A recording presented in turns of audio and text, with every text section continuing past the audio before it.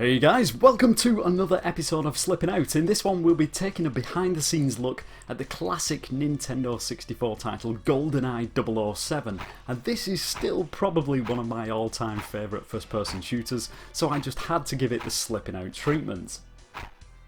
First of all, we're quickly going to take a look at Bond himself. Well, actually just his hand holding the gun. Interestingly, what you'll see is when unarmed, Bond's hand is just below camera shot, so we only ever see it when it's in the chopping motion. And what you may not know is that whilst we're doing this, Bond's suit sleeve can be found also just out of shot.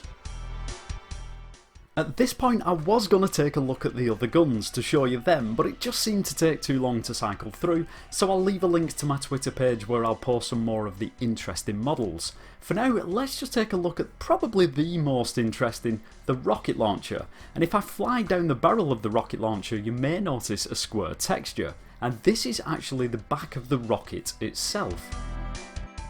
So here's a rocket seemingly frozen in time. Now check this out, it is pretty weird, and I have no idea why this is, rather than just having a black texture, but depending on what's just off the screen at the time, changes the textures on the back of the rockets.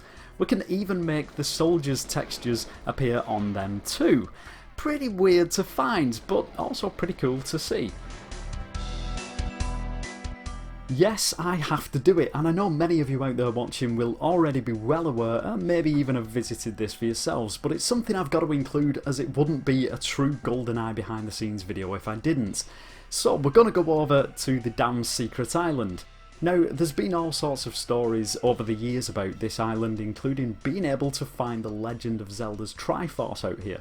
However, these are of course nonsense. I believe two of the developers working on Goldeneye pretty recently confirmed that the plan was to be able to get a boat over to the island and pick up some body armour as a reward for doing so. However, this was never implemented due to time restraints on design, and although this may seem disappointing, I still think it's pretty cool that we can find it over here, and to me it still does seem to have that sense of mystery about it. So from something you most likely have seen to something you may never have seen before, we're going to head right over the top of the dam and head all the way down to the bottom. And damn, it is a long way down, so I'm just going to skip the video a little bit here. This is pretty awesome to do, as there were so many things that I wanted to investigate when I was a kid playing this game. This is definitely one of them. You may have noticed that at the bottom of the dam there is this texture which looks like a metal hatch, and in the movie Bond uses a laser cutter to get through this. In the game, underneath the hatch is what looks like a small vent, which we'd never normally get to see. So I'm wondering if originally we had to cut open the hatch using the watch laser, kind of like at the end of the train mission, and jump inside. It would certainly be interesting to find this out for sure, but let me know what you think in the comments.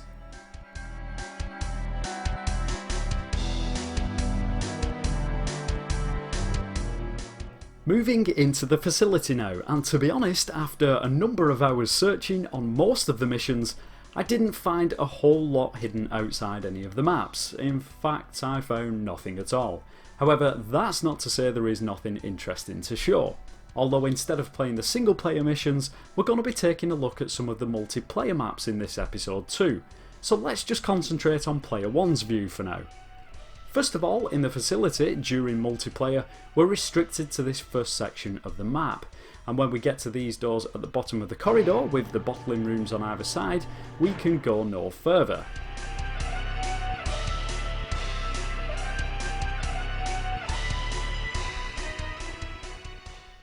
Or can we?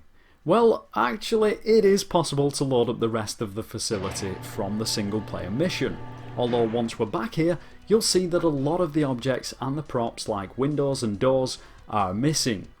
It's also worth noting whilst we're talking about multiplayer levels that some of the unused levels such as Statue, Cradle and a test level called Citadel are still accessible, and me and some of my friends back in the day used a cartridge called an equalizer to access these, although they were pretty buggy and seemed to crash the game quite often.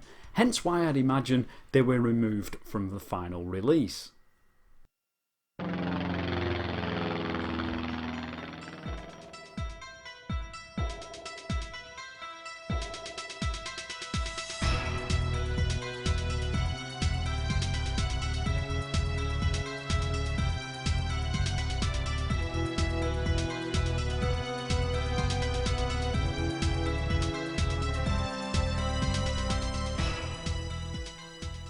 There's a number of things I wanted to take a look at and show during the runway mission, one of them being a strange pattern I noticed on the tank. If we have a look inside of it, to the left you'll notice that the tank has an armoured texture around the tracks, whereas if I then spin the camera to the right, the texture looks different and oddly looks very similar to the mountains that surround the map. Also, when we fire the tank, did you know that the rocket comes out backwards? I certainly didn't, until now that is.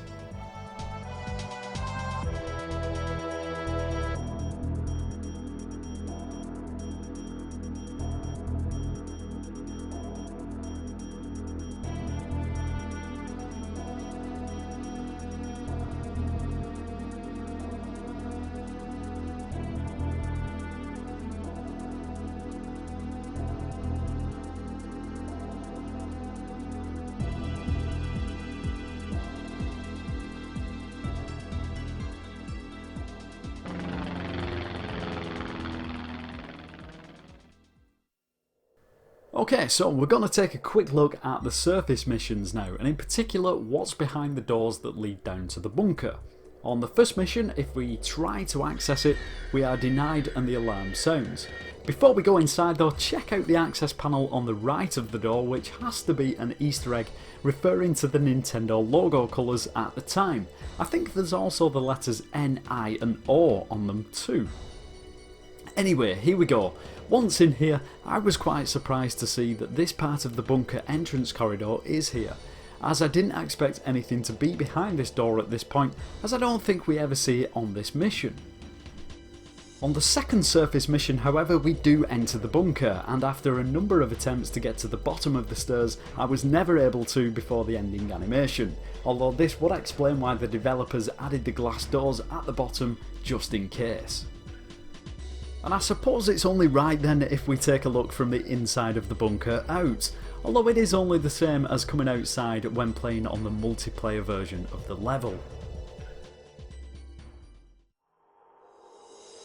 Silo was a difficult level to look at, but certainly one I wanted to cover in the episode.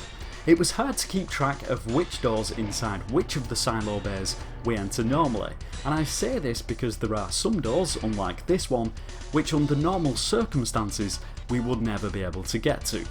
Just like this one for instance. Behind this door we just have the blue vast empty space that the map is inside. Now this is what I was expecting to see behind the other doors that we don't enter, but there was one that caught me by surprise, and it's on this walkway which has a guard on it which we can shoot from another level, but we never get access to. This is pretty cool, and I'm guessing it's some sort of original door texture placeholder that was never removed upon release.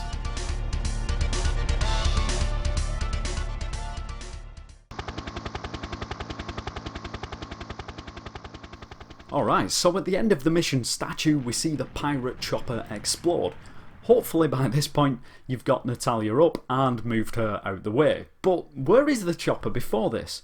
I always remember finding it strange as a kid that if we walked over to the gates behind us at the start of the mission, instead of walking into the map, we could hear the chopper somewhere. And now I understand why this is. It's because if you look carefully out the corner of the screen, rather than directly at it, we can just about see the chopper towards the very back of the map. And if we take a look over here, we can also find the black box recorder that we collect after the explosion.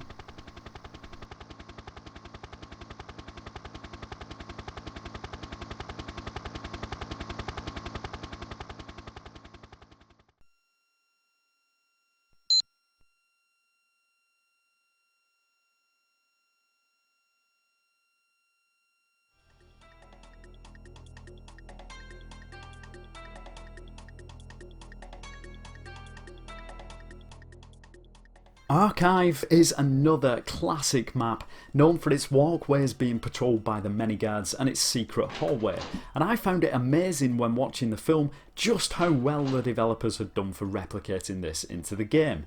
It's also probably one of my favourite multiplayer levels.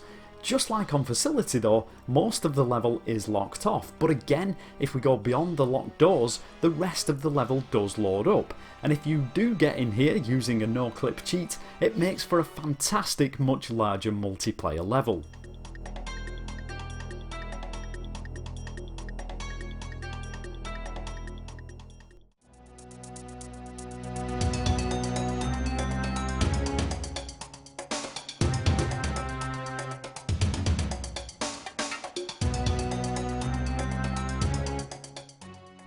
Here it is the mission train, and this is a mission that I've spent a lot of time on over the years.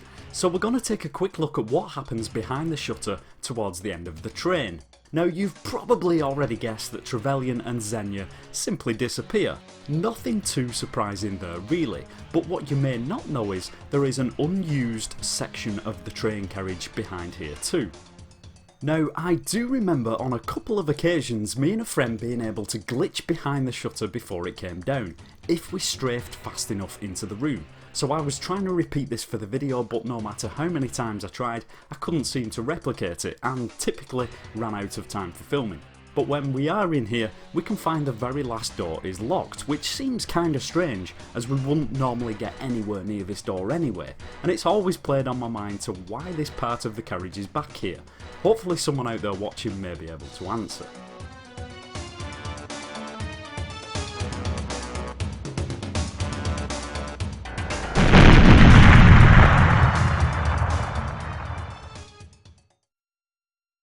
Kinda similar to the end of the train mission during Control, if we get too close to the elevator Trevelyan is stood inside, the doors close and lock, and this is also the case if we try to shoot him too.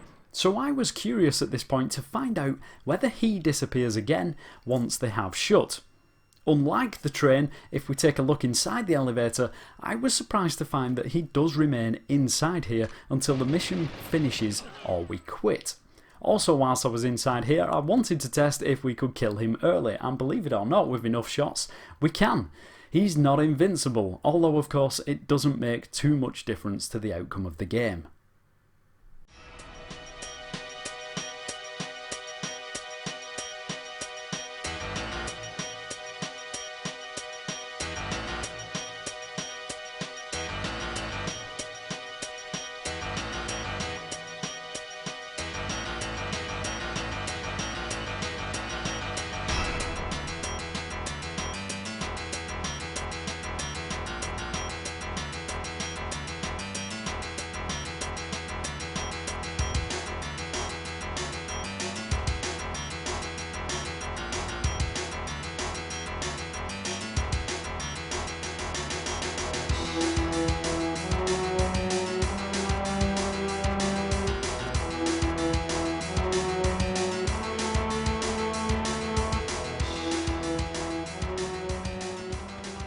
So there we go, that is it for this episode on Goldeneye 007. As always, I really hope you've enjoyed it, and I hope to see you again soon when we take another look behind the scenes of some other game.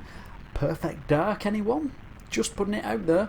Also, before we go, I just want to give a big thank you shout out to JMC4789, who helped me out with some technical advice during filming this episode. So big thank you to them for that.